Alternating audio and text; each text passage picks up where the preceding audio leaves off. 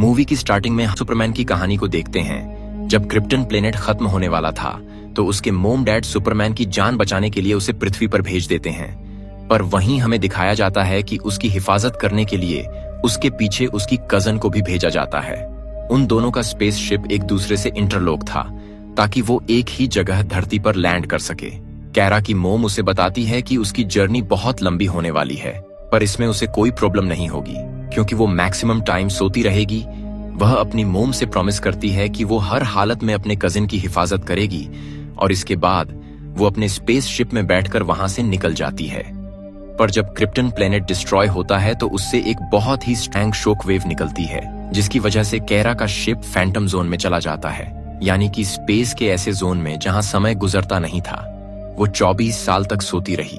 फिर किसी तरह उसका शिप अर्थ पर लैंड होता है, पर जब वो वहां पहुंचती है तो उसकी उम्र अभी भी 13 साल ही होती है।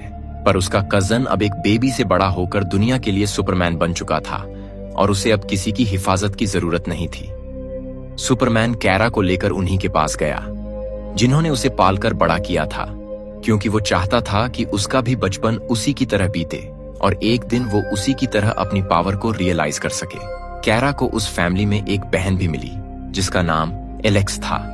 अब इसके बाद हम कुछ सालों के बाद का सीन देखते हैं। कैरा के पास वो सारी सुपर पावर होने के बावजूद वो एक मीडिया कंपनी में काम करती थी ताकि वो एक नॉर्मल इंसानों की जिंदगी जी सके, क्योंकि दुनिया को अब एक और सुपर हीरो की जरूरत नहीं थी।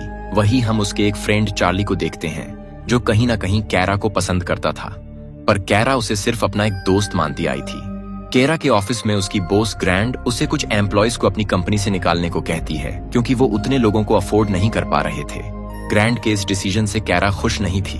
वो उससे कहती है कि अगर उन्हें अचानक से ऐसे ही निकाल दिया गया तो उनकी फैमिली का क्या होगा। इस पर ग्रैंड उसने बताती है कि मेट्रोपोलिस शहर में एक सुपर हीरो है जो हमेशा से हीरोइक का स्टंट करके हमेशा लोगों को बचाता रहता है, जिसे वो लोग सुपरमैन बुलाते हैं, और उसी की वजह से उनकी रेवली कंपनी जैसे कि डेली प्लेनेट वो हमेशा से ही सुपरमैन को अपने कवर पेज पर रखते हैं, और अगर उन्हें अपनी कंपनी को बचाना है तो उन्हें भी कोई उसी की तरह नया सुपर हीरो ढूंढना होगा। इसके बाद कैरा जिमी विल्सन नाम के एक आदमी से मिलती है जो पहले डेली प्लेनेट में काम करता था, पर अब से उसने उसकी कंपनी में ज्वाइन कर लिया था।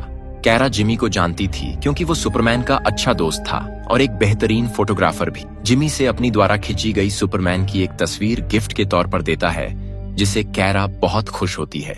अगले सीन में हम कैरा की बहन एलेक्स को देखते हैं जो किसी काम से बाहर जाने वाली होती है, पर वह अपने लिए एक ड्रेस चूज करने को कहती है क्योंकि आज वो किसी के साथ डेट पर जाने वाली थी। एलेक्स जल्दी से उसके लिए एक अच्छी सी ड्रेस सेलेक्ट करके निकल जाती है और कुछ देर बाद कैरा एक बार में बैठकर किसी का वेट कर रही होती है कि तभी वो न्यूज में देखती है कि जेनेवा जा रही एक फ्लाइट का इंजन फेल हो चुका है और वो शहर के चारों तरफ घूम रहा है और किसी भी वक्त वो क्रैश कर सकता है। तभी उसे अचानक से याद आता है कि उसकी बहन फ्लाइट से जाने वाली थी। वो तुरंत भागकर वहां से बाहर आती है और अपनी सुपरविजन से उस प्लेन के अंदर एलेक्स को देखती है। वो उस प्लेन को बचाने के लिए उड़कर उसके पास पहुंचती है और वो पूरे प्लेन को उठाकर किसी तरह सही सलामत एक नदी में लैंड करवा देती है। एलेक्स उसे ऐसा करते हुए देख लेती है और वो घर आकर कैरा से कहती है कि उसे ऐसा नहीं करना चाहिए था, उसे अपनी पहचान छुपाकर रखनी चाहिए थी। उसने अपने आप को दुनिया के सामने ला दिया है, जिसकी वजह से उसे आगे जाकर बहुत परेशानी होने वाली है। वो उसे आज के बाद ऐसा करने से मना करती है क्योंकि ये उसके लिए सेफ नहीं था। अगले दिन के ऑफिस में सारे लोग इसी बात पर चर्चा कर रहे थे कि उस प्लेन को बचाने वाली वो मिस्ट्री गर्ल कौन है। उसकी बॉस ग्रैंड उस मिस्ट्री गर्ल को सबसे पहले अपनी कंपनी के थ्रू सबके सामने लाना चाहती थी, इसीलिए वो सबको उसके बारे में जितनी जानकारी हो सके लाने को कहती है और किसी तरह वो उन लोगों से उसकी एक क्लियर फोटो लाने को वो कहती है ताकि वो उसे अपने न्यूज़पेपर में प्रिंट कर सके।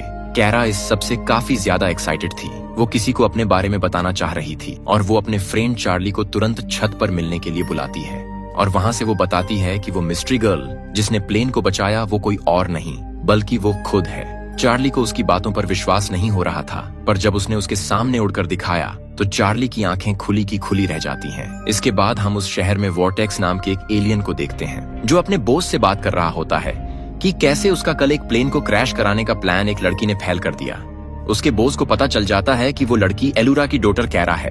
वो उसे किसी भी तरह कैरा को खत्म करने का ऑर्डर देता है। इधर कैरा चार्ली के साथ मिलकर अपने लिए परफेक्ट ड्रेस बनाने की कोशिश कर रही थी और इसके बाद वो एक जगह पर लगे आग को बुझाने और लोगों को बचाने के लिए जा रही होती है, पर तभी अचानक से उसे किसी चीज से सूट करके नीचे गिरा दिया जाता है और फिर बहुत से लोग आकर उसे वहां से ले जाते हैं। कैरा की जब वहां खुलती है तो वो अपने आप को किसी चीज से बंधे हुए पाती है।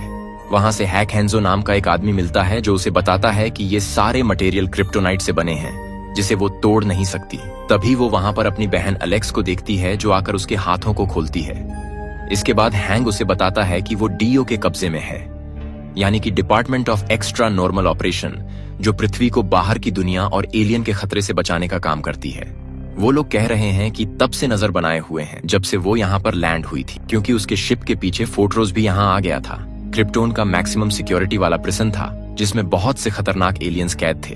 पर जब क्रिप्टन डिस्ट्रॉय हुआ तो फोर्ट्रोस भी कैरा के शिप के पीछे फैंटम जोन में चला गया और वो भी उसके शिप के पीछे ही धरती पर आ गया, और जिसकी वजह से उसमें कैद सारे एलियंस फ्री हो गए। बहुत सालों तक वो सब छुपे रहे, पर अब वो धरती के लिए खतरा बनते जा रहे हैं और वो सारे एलियंस मिलकर कुछ बड़ा प्लान करने का सोच रहे हैं। कैरा उनसे कहती हैं कि वो उन्हें पकड़ने में उनकी मदद कर सकती है, पर हैंक उससे कहता है कि वो ऐसा नहीं कर पाएगी क्योंकि वो लोग बहुत पावरफुल है, और उसे जाकर अपने ऑफिस में काम करने की सलाह देता है।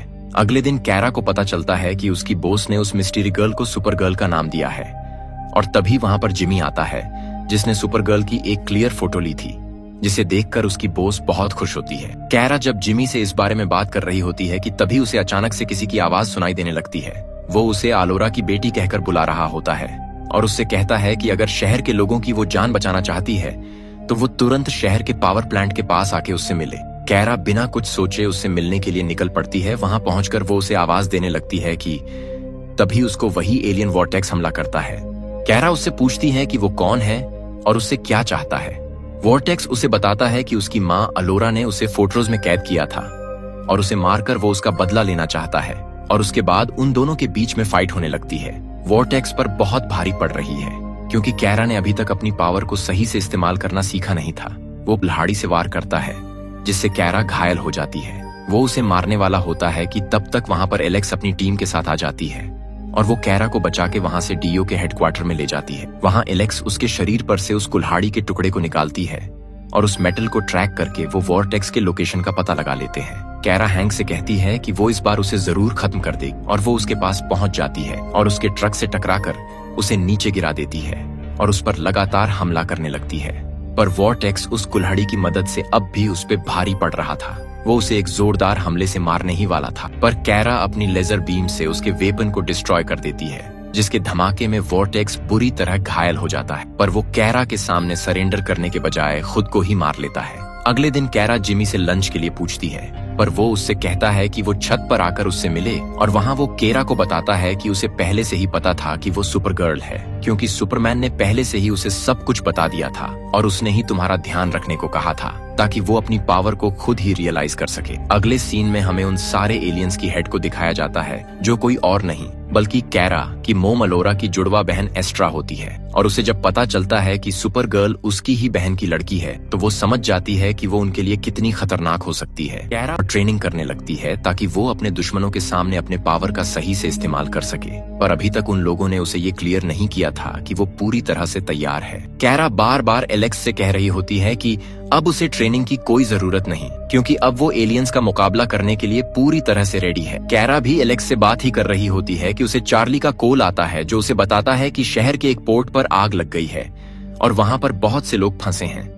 कैरा उस जगह पर पहुंचती है और वहां के फायर पैटर से पूछती है कि प्रॉब्लम क्या है, और तब उसे पता चलता है कि जहां पर आग लगी है उसके जस्ट बगल में एक शिप खड़ा है जिस पर लाखों गैलन तेल है, और अगर वो ब्लास्ट होता है तो ये पूरा एरिया ही खत्म हो सकता है। अब सुपरगर्ल इस बड़े से शिप को धक्का देकर वहां से हटाने की कोशिश करने लगती है और बहुत जल्द इसमें कामयाब भी हो जाती है, पर उसकी बहुत ज्यादा पावर की वजह से वो शिप साइड से टूट जाती है और वो सारा तेल गिरकर सी में मिलने लगता है, जिसकी वजह से सारे न्यूज वाले सुपरगर्ल को ब्लेम करने लगते हैं। कैरा की बॉस भी उसके बारे में बुरा ही लिखना चाहती थी, क्योंकि उसे लगता था कि सुपरगर्ल जो कोई भी है वो एक नौसिखिया लड़की है। इसीलिए वो अपनी सारी टीम से उसके बारे में हर एक चीज को पता करने को कहती है, और वो जिमी को ये काम सौंपती है कि वो किसी भी तरह उसकी सुपर गर्ल के साथ एक मीटिंग अरेंज करवाए। अगले सीन में हम एक केमिकल फैक्ट्री देखते हैं जहाँ के एक वर्कर को वहाँ एक एलियन दिखाई देता है, और जब वो उसे रोकने की कोशिश करता है तो वो उसके हाथों मारा जाता है।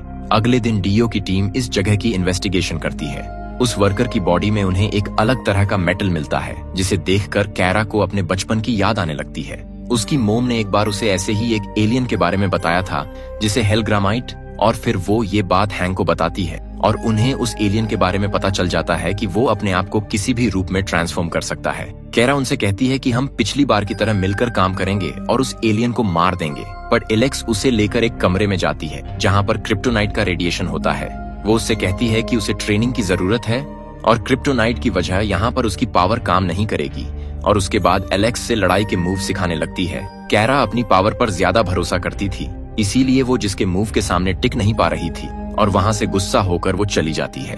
कैरा जिमी और चार्ली के साथ मिलकर काम करने लगती है ताकि वो अपनी इमेज को पब्लिक में सुधार सके, और कुछ समय के बाद ही पब्लिक फिर से सुपरगर्ल को पसंद करने लगती है, जिससे वो बहुत खुश होती है और अपने दोनों दोस्तों को इसके लिए थैंक्स बोलती है। इधर डीओ को अपने रिसर्च में पता चलता है कि हेलग्रामाइट एलियन को खाने के लिए डीडीटी केमिकल की जरूरत पड़ती है, और इसलिए वो कुछ दिनों से केमिकल फैक्ट्री पर हमला करते हैं। वो लोग इसी चीज का सहारा पकड़ने का सोचते हैं और एक वैन में बहुत सारी डीडीटी केमिकल्स रखकर वो उस पर नजर रख रहे होते हैं। उन्हें उम्मीद थी कि उसकी महक से वो एलियन वहां जरूर आएगा। तभी अचानक से वो एलियंस वैन पर हमला करता है। हैंग और एलेक्स उस पर फायर करने लगते हैं, पर वो एलियन उन पर हमला कर देता है, जिसकी वजह से एलेक्स घायल हो जाती है और वो उसे उसकी गाड़ी से उठाकर एस्ट्रा के पास लेके जाता है। कैरा को जब इसके बारे में पता चलता है तो वो हैंग पर बहुत गुस्सा होती है। हैंग उसे विश्वास दिलाता है कि वो उसे कहीं से भी ढूंढ कर निकालेगा, पर अब खुद उसे ढूंढ के निकल जाती है और बहुत जल्द उसकी पावर से उसे पता चल जाता है कि एलेक्स कहाँ पर है।